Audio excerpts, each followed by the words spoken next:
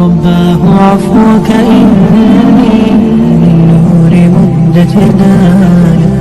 கண்ணியத்துக்குரியவர்களே, இன்று உலகம் முழுக்க கவலையாலும் பிரச்சனையாலும் சோதனைகளாலும் மன விரக்திகளாலும் வாழ்க்கையின் விரக்திகளாலும் மரணத்தை எண்ணி வாழக்கூடிய வாழ்வைத்தான் பலர் வாழக்கூடிய சூழ்நிலையை நாம் பார்க்கிறோம். குறிப்பாக வாலிப சமூகத்துடைய ஆண்களும் பெண்களும் பெரும்பான்மையாக இந்த நிலையில் இருக்கக்கூடிய காட்சியைத்தான் நம்மால் பார்க்க முடிகிறது. அல்லாஹுடைய தூதர் ஸல்லல்லாஹு அலைஹி வஸல்லம் இந்த காலம் மறுமை நெருங்கும் போது வரும் என்று சொன்னார்கள். மனிதர்களுடைய இறுதி காலம் நெருங்கும் போது மன்னரைகளை பார்த்து மனிதர்கள் சொல்லுவார்கள், நீங்கள் இருக்கக்கூடிய இடத்தில் நாங்கள் இருக்க வேண்டுமே என்று.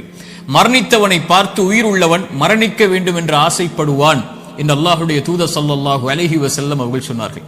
இப்படி மரணத்தை எண்ணி கவலையாலும் பிரச்சனைகளாலும் சோதனைகளாலும் நெருக்கடிகளாலும் வாழக்கூடிய வாழ்வை இறுதி சமூகம் சந்திக்கும் என்று அல்லாஹுடைய தூதர் ஸல்லல்லாஹு அலைஹி வஸல்லம் அவர்கள் சொன்னார்கள். இன்று இதற்காக மருத்துவமனைகள் உருவாகிவிட்டது, இதற்காக மருத்துவர்கள் உருவாகிவிட்டார்கள். இதுவே மிகப்பெரிய ஒரு அம்சமாக சமூகத்தில் மாறிக்கொண்டிருக்கிறது. இப்படி சோதனையான காலத்தில் நீங்கள் சோதனைகளை சந்தித்துக் கொண்டிருந்தால், நோயால், செல்வ இழப்பால், கண்ணிய இழப்பால், அல்லது வாழ்க்கையின் நெருக்கடிகளால், உறவுகளுடைய பிரிவால், இது போன்ற எந்த சோதனையில் நீங்கள் சிக்குண்டிருந்தாலும் இந்த செய்தியை செவிதாழ்த்தி கேளுங்கள். இந்த சோதனைகளில் நீங்கள் தனியாக இல்லை, உங்களுடைய இறைவன் உங்களோடு தான் இருக்கிறான். மீண்டும் சொல்கிறேன், இந்த சோதனைகள் எதுவாயினும் கவலை கொள்ளாதீர்கள், நீங்கள் தனியாக இல்லை, இறைவன் உங்களோடு தான் இருக்கிறான். அந்த செய்தி தான் நான் இப்போது உங்களுக்கு சொல்லக்கூடிய செய்தி. குர்ஆன் சொல்லுகிறது, வனப்லூக்கும் பிஷ்ஷர்ரி வல் கைரி ஃபித்னா. அல்லாஹ் நலவிலும் தீயதிலும் சோதனைகளை கொடுப்பான். இறைவனை பொறுத்தவரை நலவை இறைவன் கொடுப்பதும் ஒரு தீயதை உங்களை அணுக வைப்பதும் இரண்டும் இறைவனை பொறுத்தவரை சோதனைதான். உலகத்தை படைத்து மனிதர்களை இந்த உலகத்திலே அனுப்பும் போதே இறைவன் கூறிவிடுகிறான், வலனப்லுவன்னகும், நிச்சயமாக திட்டமாக நான் உங்களை சோதித்தே தீருவேன். பசியை கொண்டு சோதிப்பேன், பயத்தை கொண்டு சோதிப்பேன், செல்வ இழப்புகளை கொண்டு சோதிப்பேன், தொழிலின் நஷ்டத்தை கொண்டு சோதிப்பேன், உயிரிழப்புகளை கொண்டு உங்களை நான் சோதிப்பேன் என்று இறைவன் சோதித்தே தீருவான் என்று கூறிதான் மனித இனத்தை இந்த பூமியிலேயே அனுப்பி இருக்கிறான். இந்த பூமியிலேயே சோதனைகளில் இருந்து நீங்கி ஒரு சமூகம் வாழ வேண்டும் என்றால் அவர்கள் யாராக இருப்பார்கள் தெரியுமா? நபிமார்கள், இறை தூதர்கள். ஆனால் அந்த இறை தூதர்கள் தான் இந்த பூமியிலேயே அதிகம் சோதிக்கப்பட்டவர்கள். சோதனை எனக்கும் உங்களுக்கும் மட்டும் இறைவனால் கொடுக்கப்படுவதல்ல, நபிமார்கள் தான் இந்த உலகத்திலே சோதனை கொடுப்பதற்கு முதலாவதாக இறைவனால் தேர்ந்தெடுக்கப்படுபவர்கள்.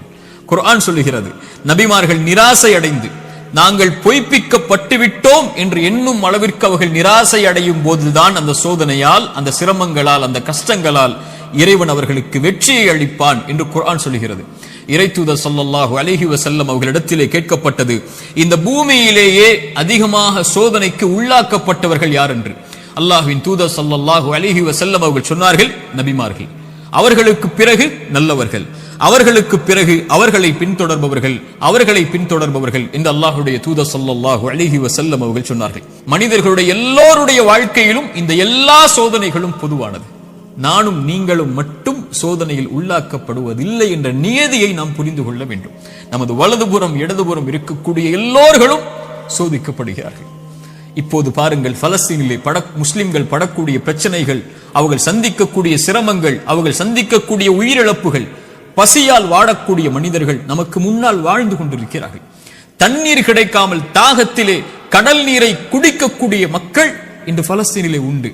பசியால் புல்லை, விலங்கினங்களுடைய கழிவை சாப்பிடக்கூடிய மக்களாக இன்று பலஸ்தீன் மக்கள் பசியால் தாகத்தால் வாடுகிறார்கள். மனைவி இல்லை, குழந்தைகள் இல்லை, கணவன் இல்லை, உறவுகள் இல்லை. ஒரு கடைக்கு சென்று திரும்பி வந்த பெண்ணுக்கு குடும்பம் முழுக்க மண்ணில் புதைந்திருக்கிறது. அவர்களுக்கு உணவுக்கு வாய்ப்பில்லை, தண்ணீருக்கு வாய்ப்பில்லை, ஒதுங்குமிடத்திற்கு வாய்ப்பில்லை, பாதுகாப்பிற்கு வாய்ப்பில்லை. அவர்கள் தொழுவதற்கு மஸ்ஜிதுகள் இல்லை பலஸ்தீனில்.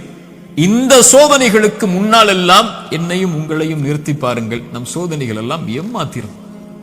என்ன அளவு சோதனைகளை சந்திக்கிறோம். இப்படி மனித இனத்தில் அல்லாஹ் அவன் நாடியவர்களை அவன் நாடிய அளவு சோதனைகளை கொடுத்து நெருக்கிக் கொண்டே இருப்பான். இந்த சோதனையில் இருக்கக்கூடிய எனக்கும் உங்களுக்கும் குர்ஆனும் சுன்னாவும் சொல்லக்கூடிய மருந்துகள் என்ன தெரியுமா? முதலாவது மருந்து எடுத்துக்கொள்வோம், அல் ஈமானு பில் கதரி கைரிஹி வ ஷர்ரிஹி. நன்மையாயினும் தீயதாயினும் எதுவாயினும் என் இறைவனின் புறத்திலிருந்துதான் என்னை வந்தடைகிறது. அவன் இந்த சோதனை வருவதற்கு முன்னதாகவே அந்த விதியை நிர்ணயித்திருக்கிறான், அதை அறிந்திருக்கிறான். அந்த சோதனை எனக்கு வருகிறது, இதன் மூலமாக இறைவன் என்னை சுத்தப்படுத்த, என் அந்தஸ்தை உயர்த்த நாடுகிறான், அல்லது என்னை நான் செய்யும் பாவங்களால் தண்டிக்க நாடுகிறான். இதை பின்னால் விளக்குகிறேன். ஆனால் ஒரு முஃமின் சோதனைகள் வரும்போது அவனுடைய உள்ளத்தில் பதிய வைக்க வேண்டிய முதல் அம்சம், இதை என் இறைவன் அறிந்திருக்கிறான். வமா தஸ்குது மின் வரகத்தின் இல்லா யஅலமுஹா. இந்த உலகத்தில் இருந்து ஒரு மரம், அந்த மரத்தில் இருந்து ஒரு இலை கீழே விழ முடியாது என் இறைவனுடைய நாட்டம் இல்லாமல், கல்வி இல்லாமல். இதை அறிந்த இறைவன் என் சோதனையை அறியாமல் இருப்பானா? எனக்கு வரக்கூடிய நோயை, செல்வ இழப்பை, கஷ்டங்களை, சிரமங்களை, பிரிவை என் இறைவன் அறியாமல் இருப்பானா? அல்லது நாம் இன்று உலகத்திலே பார்க்கக்கூடிய எல்லா சோதனைகளையும், பலஸ்தீனில் என்னுடைய சமூகம் படக்கூடிய சிரமங்களை, கஷ்டங்களை, சோதனைகளை, அந்த இரத்தங்களை, அந்த உயிரிழப்புகளை, அந்த பிரிவுகளை, அந்த ஓலங்களை இறைவன் அறியாமல் இருப்பானா? இறைவன் அனைத்தையும் அறிந்திருக்கிறான். ஆனால் அவனுக்கென்று ஒரு நியதி இருக்கிறது, அவனுக்கென்று ஒரு வழிமுறை இருக்கிறது. இந்த சமூகத்தை தூய்மைப்படுத்துவதற்கும், இந்த சமூகத்திற்கு அவன் பாவங்களின் காரணமாக தண்டனைகளை கொடுப்பதற்கும். அல் ஈமானு பில் கதரி வல் கைரிஹி வ ஷர்ரி, நன்மை தீமை அனைத்தும் இறைவனின் புறத்திலிருந்து வருகிறது. அவன் நாடியதால் தான் இது என்னை வந்தடைந்திருக்கிறது என்பதை முதலில் ஒரு முஃமின் ஏற்றுக்கொள்ள வேண்டும். இரண்டாவது மருந்து, இறை நினைவை உள்ளத்திலே கொண்டு வர வேண்டும். இறைவனை உள்ளம் நினைக்க தயாராக வேண்டும். உள்ளத்தின் நோய்க்கு மிகப்பெரிய மருந்து அலா பி திக்ரில்லாஹி தத்மஇன்னுல் குலூப். உள்ளத்தின் நிம்மதியை அல்லாஹ் திக்ரில் வைத்திருக்கிறான், அவனுடைய நினைவில் வைத்திருக்கிறான். ரப்பை ஒருவன் சோதனையில் நினைத்தால் ஃபத்குருனி ஃபத்குரூனி அத்குருக்கும், ஃபத்குரூனி அத்குருக்கும், என்னை நினையுங்கள். ரப்பு சொல்லுகிறான், உங்களை படைத்தவன் சொல்லுகிறான், உங்களை பரிபாலிப்பவன் சொல்லுகிறான், அத்குருக்கும், உங்களை நான் நினைக்கிறேன். அல்லாஹு அக்பர். அல்லாஹ் நினைத்து விட்டால் உங்களுடைய சோதனைகள் எல்லாம் எம்மாத்திரம் அவனுக்கு நீக்குவதற்கு. உங்கள் நோயில் இறைவன் உங்களை நினைத்து விட்டால் அவனை தவிர வேறு யார் உங்களுக்கு மருந்தை கொடுத்து அந்த நோயை நீக்க முடியும்? செல்வ இழப்பை நீக்க முடியும், பிரிவுடைய கவலைகளை நீக்க முடியும், வாழ்வின் பிரச்சனைகளை நீக்க முடியும். அல்லாஹ்வுடைய தூதர் ஸல்லல்லாஹு அலைஹி வஸல்லம் சொன்னார்கள், அல்லாஹ் கூறுவதாக, ஒரு அடியான் என்னை எப்படி நினைக்கிறானோ அது போன்றே நானும் அவனை நினைக்கிறேன்.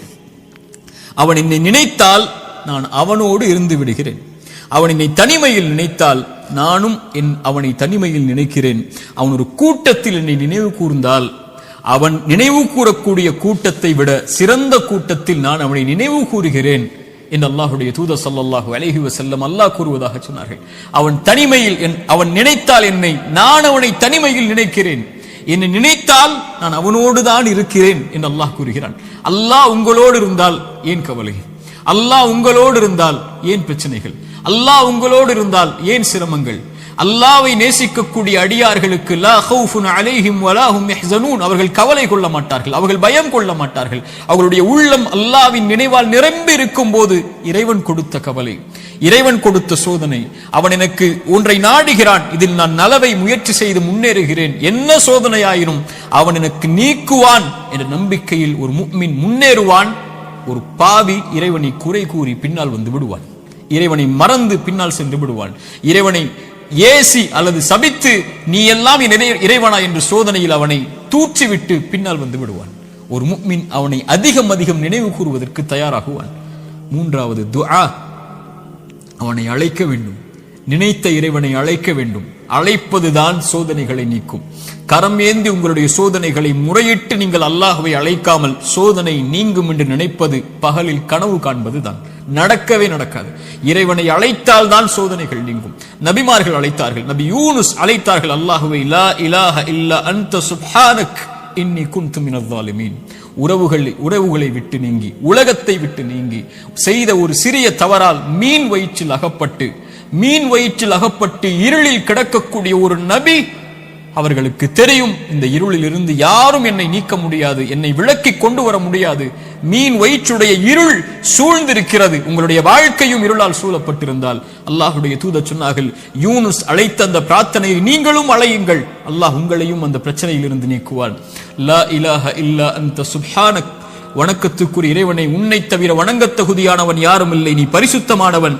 இன்னி குன்து மினல் ஸாலிமீன், நான் அநீதம் செய்பவன் யா அல்லாஹ், அநீதத்திற்கு உள்ளானவன் யா அல்லாஹ், எனக்கு இந்த சோதனைகளை நீக்கு யா அல்லாஹ் என்று அவன் கேட்பான். அல்லாஹ் அந்த சோதனையை நீக்குவான்.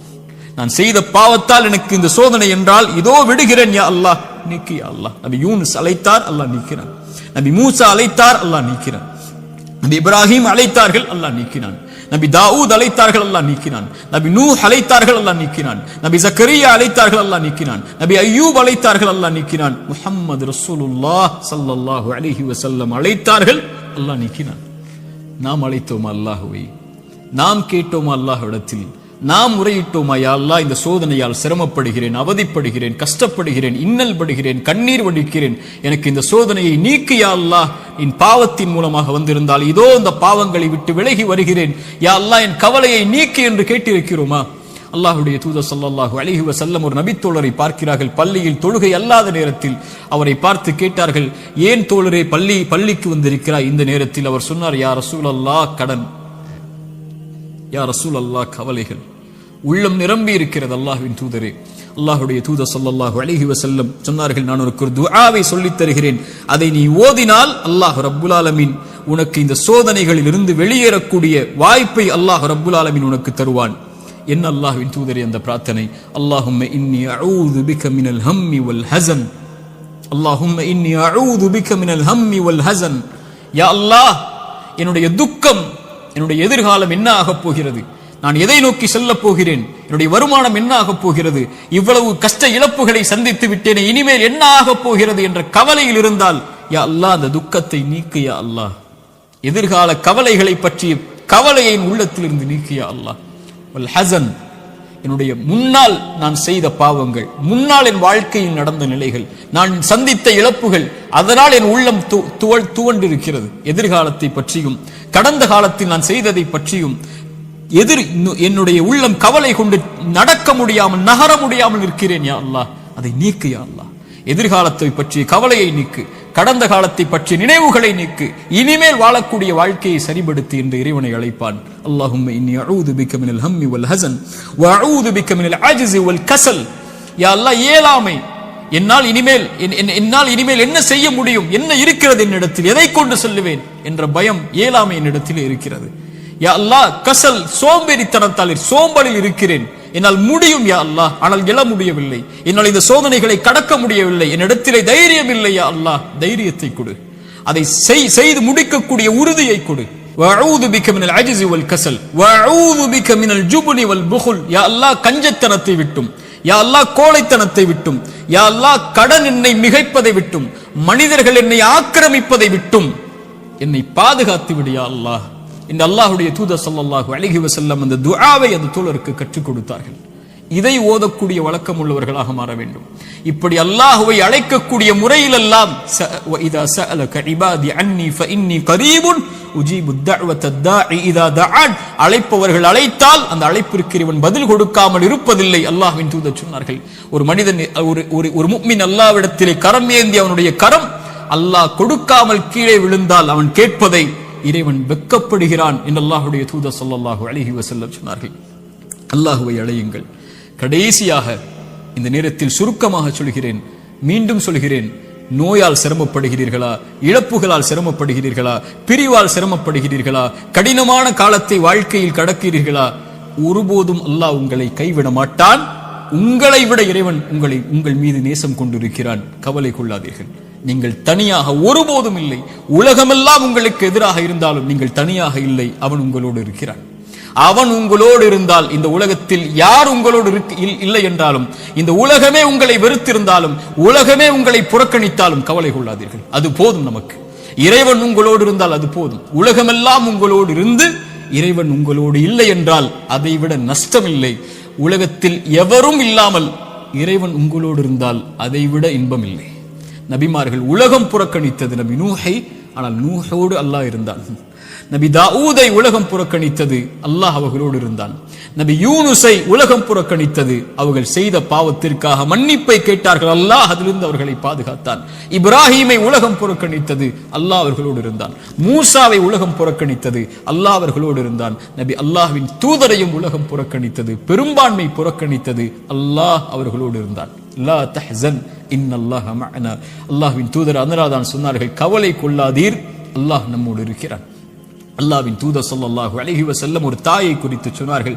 போர்க்களத்தில் காணாமல் போய் கிடைத்த ஒரு குழந்தையை ஒரு தாய் தேடி வரும்போது அல்லாஹ்வுடைய தூதர் அதை எடுத்து கொடுக்கும் போது அந்த தாய் அந்த குழந்தையை வாங்கி கட்டி அணைத்து அதற்கு உணவை கொடுக்கும் போது அல்லாஹ்வின் தூதர் நபித்தோழர்களை பார்த்து கேட்டார்கள், இந்த தாய் இந்த குழந்தையை நெருப்பில் வீசுவாளா? அந்த குழந்தை படக்கூடிய சிரமத்தை கஷ்டமாக உணர்ந்த அந்த தாய், தன் உயிர் போய் கிடைத்த வந்த மகிழ்ச்சியில் இந்த வாழக்கூடிய இந்த தாய் இந்த குழந்தையை நெருப்பில் வீசுவாளா? தன்னோடு வந்துவிட்ட அந்த குழந்தையை எப்படி நெருப்பில் வீசுவாள்? அல்லாஹ் இந்த குழந்தைக்கு இந்த தாய் காட்டக்கூடிய அன்பை விட அல்லாஹ் அவனுடைய அடியார்கள் மீது இரக்கம் உள்ளவன். அல்லாஹ் அக்பர். ஒரு அறிஞர் அழகாக சொல்லுவார், யா அல்லாஹ், அல்லாஹ்வை அழைத்து சொல்லுவார், யா அல்லாஹ், என் தாயை விட என் மீது இரக்கம் காட்டக்கூடியவன் நீ. என் தாய் நான் சிரமப்படுவதை, என் தாய் நான் நோயில் வாடுவதை, என் தாய் நான் கடனில் இருப்பதை, கடனால் கஷ்டப்படுவதை, என் தாய் என் செல்வ இழப்புகளில் கஷ்டப்படுவதை, என் தாய் என்னுடைய இழப்புகளில், பிரிவில், நோயில், சிரமங்களில், சோதனையில் கஷ்டப்படுவதை விரும்ப மாட்டாள். என் தாயை விட என் மீது இரக்கம் உள்ள நீயும் விரும்ப மாட்டாயா அல்லாஹ், அதை எனக்கு இரக்கம் காட்டு, இந்த சோதனையை நீக்கென்று அல்லாஹ்வை அழைப்பார்கள் அறிஞர்கள் இந்த ஹதீஸை கொண்டு. அல்லாஹு அக்பர். அல்லாஹ் உங்களை ஒருபோதும் கைவிட மாட்டான். அல்லாஹ் உங்களை ஒருபோதும் பிரிந்து விட மாட்டான். அல்லாஹுவின் பக்கம் வந்து விட்டால் அல்லாஹ் உங்களை ஒருபோதும் வேதனை அடைவதை, உங்கள் கண்கள் கண்ணீர் வடிப்பதை, உங்கள் உள்ளம் நெருக்கமாகுவதை, உங்கள் உள்ளம் உடைக்கப்படுவதை இறைவன் ஒருபோதும் பார்த்து கொண்டிருக்க மாட்டான். ஆனால் கடைசியாக சோதனைகள் இறைவனின் புறத்திலிருந்து வருகிறது. ஆம், ஆனால் ஒருவருக்கு சோதனை நன்மையாக வரும், ஒருவருக்கு சோதனை தண்டனையாக வரும். நபிமார்களுக்கு சோதனை வந்தது என்று சொன்னேன். எல்லா நபிமார்களுக்கும் சோதனை வந்தது. அந்த சோதனைகள் அவர்களை தூய்மைப்படுத்துவதற்காக, அவர்களை சுத்தப்படுத்துவதற்காக, அவர்களுடைய அந்தஸ்தை அல்லாஹ்விடத்திலே உயர்த்துவதற்காக, ஈமானில் அவர்களை உறுதிப்படுத்துவதற்காக, எல்லாவற்றையும் கொண்டும், உலகத்தை கொண்டும், மார்க்கத்தை கொண்டும், தீனை கொண்டும் அல்லாஹ் சோதித்துக் கொண்டே இருந்தால் அவனின் பக்கம் அவர்களை நெருக்கமாக்கி, அவனின் பக்கம் அவர்களை நெருக்கமாக்கி கொண்டு வருவதற்காக. அது நிஅமா, அது அருள். அந்த சோதனை அருள். அல்லாஹ்வுடைய தூதர் ஸல்லல்லாஹு அலைஹி வஸல்லம் அவர்கள் சொன்னார்கள், உலகத்தில் அதிகமாக சோதிக்கப்பட்டவர்கள் யார் என்று கேட்கும் போது நபிமார்கள், அவர்களுக்கு பின்னால் வந்தவர்கள், அவர்களுக்கு பின்னால் வந்தவர்கள் என்று சொல்லிவிட்டு சொன்னார்கள், அல்லாஹ் ஒரு மனிதனுடைய மார்க்கத்திற்கு ஏற்ப அவனை சோதிப்பான். யா அல்லாஹ், அவனுடைய மார்க்கம் நிலையாக உறுதியாக இருந்தால் அந்த உறுதியோடு, அந்த நிலையோடு சோதனையும் உறுதியாகும். யா அல்லாஹ். மேலும் சொன்னார்கள், அவனுடைய மார்க்கம் எளிதாக இருந்தால் சோதனையும் அவனுக்கு எளிதாகும். ஆனால் இறைவன் நாடக்கூடிய அடியார்களை இறைவன் சோதனைகளை கொண்டு, சிரமங்களை கொண்டு நெருக்கமாக்கி கொண்டே இருப்பான், இந்த பூமியில் அவன் பாவம் இல்லாதவனாக நடக்கும் வரை. யா அல்லாஹ், இந்த ஹதீஸை எப்படி விவரிப்பது இந்த சிறிய நேரத்தில்? இன்ஷா அல்லாஹ் வாய்ப்புகள் வரும்போது இந்த ஹதீஸை விவரிக்கிறேன். அல்லாஹ் சோதனைகளை கொண்டு ஒரு மனிதனை பக்குவப்படுத்துவான், நிலைப்படுத்துவான், முன்னேற்றுவான். அவனுக்கு அடுத்த கட்டத்தை நோக்கி அவனுடைய வாழ்வை நகர்த்துவான். அவன் அதன் மீது நம்பிக்கை கொண்டிருப்பான். நலவு வந்தால் அல்ஹம்துலில்லாஹ், சோதனை வந்தாலும் அல்ஹம்துலில்லாஹ், அல்லாஹ்வை புகழ்வான், அல்லாஹ்விடத்திலே உதவி தேடுவான். இவன் முஃமின். ஆனால் பாவி, இறைவன் சோதனையை கொடுத்தால் அல்லாஹ்வை விட்டு விலகுவான், சோதனையை கொடுத்தால் பாவங்களை நோக்கி செல்லுவான், சோதனையை கொடுத்தால் இறைவனை மறந்து விடுவான். அது நலவின் சோதனையாக இருந்தாலும் பாவத்தின் சோதனையாக இருந்தாலும். இந்த குர்ஆனின் எச்சரிக்கை மிக்க இந்த வசனத்தை கேளுங்கள். ஃபலம்மா நஸூ மா துக்கிரு பிஹி, எம் நினைவை விட்டு நீங்கள் மறந்து வாழும் போது, ஃபதஹ்னா அலைஹிம் அபுவாப குல்லி ஷை, வானத்தின் கதவுகள் எல்லாம் திறக்கப்படும், என்ன வேண்டுமோ கிடைக்கும். ஹத்தா இதா ஃபரிஹு மா ஊது, அல்லாஹ் கொடுத்ததை கொண்டு அவர்கள் நிம்மதியோடு வாழ்ந்து கொண்டிருக்கும் போது, அது சோதனை என்று அறியாத அந்த பாவிகளுக்கு அஹத்னாஹும் பக்ததன், திடீரென்று அல்லாஹ் பிடித்து அவர்களை நஷ்டவாளிகளாக மாற்றிவிடுவான். அல்லாஹ்வின் தூதர் ஸல்லல்லாஹு அலைஹி வஸல்லம் சொன்னார்கள், அடியானுக்கு அல்லாஹ் ஒரு சோதனையை இந்த உலகத்திலே விரைவுபடுத்துகிறான் என்றால் அவனுக்கு அல்லாஹ் ரப்புல் ஆலமீன் நலவை நாடுகிறான். அல்லாஹ் அவனுக்கு சோதனையை தாமதப்படுத்துகிறான் என்றால் பாவங்களின் காரணமாக நாளை மறுமையில் அவனுக்கு அல்லாஹ் ரப்புல் ஆலமீன் அதை கொடுப்பதற்கு அல்லாஹ் காத்திருக்கிறான். தீயதாக நல்லவருக்கு சோதனையை உலகத்திலேயே கொடுத்து அல்லாஹ் அவனை நெருக்கமாக்கி விடுவான். பாவியை விடுவான் அல்லது பிடிப்பான்.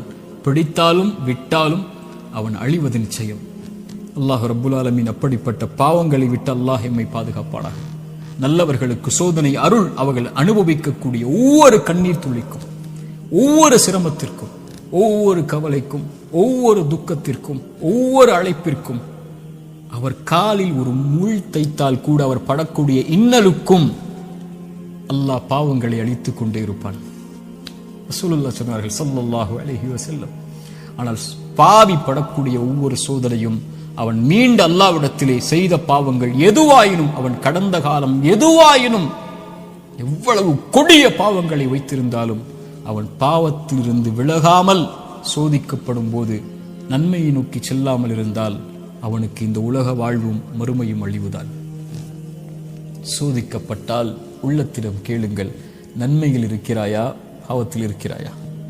நன்மையில் இருந்தால் இது உனக்கு அருளின் சோதனை, முன்னேறு, வெளிச்சம் உனக்கு முன்னால் இருக்கிறது, நடந்து சென்று கொண்டே இரு, இந்த இருள் நீங்கிவிடும்.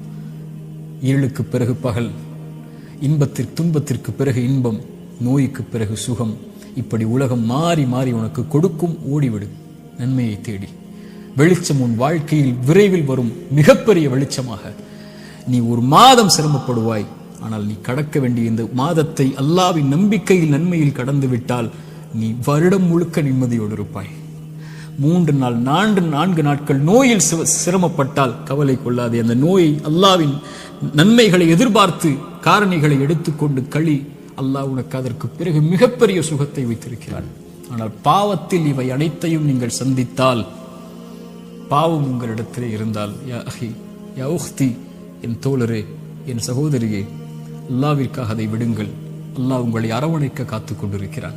அவனை நோக்கி வந்து விடுங்கள். உங்கள் வாழ்வின் கவலைகள், பிரச்சனைகள், துன்பங்கள் இவை அனைத்தையும் இறைவன் நீக்கி விடுவான். அல்லாஹ் அப்படிப்பட்ட வாழ்வை எமக்கு தரட்டும். அல்லாஹ் இந்த அறிவுரை எனக்கும் உங்களுக்கும் அறிவுரையாக்கட்டும். இதன் மூலமாக என்னுடைய வாழ்வை இறைவன் செழிப்பாக்கட்டும். உலக சமூகத்திலே முஸ்லிம் சமூகம் படுகின்ற இன்னல்கள், கஷ்டங்கள், பிரச்சனைகள், சோதனைகள், குறிப்பாக பலஸ்தீனில் நம்முடைய சகோதர சகோதரிகள் படக்கூடிய எல்லா இன்பங்கள், எல்லா இழப்புகளுக்கும், எல்லா சோதனைகளுக்கும், எல்லா துன்பங்களுக்கும் அல்லாஹ் விரைவில் மிகப்பெரிய வெற்றியோடு அல்லாஹ் வெளிச்சத்தை தரட்டும். அகூலு கௌலி ஹாதா அஸ்தக்ஃபிருல்லாஹ் லீ வலக்கும். அஸ்ஸலாமு அலைக்கும் வரஹ்மத்துல்லாஹி வபரகாத்துஹு.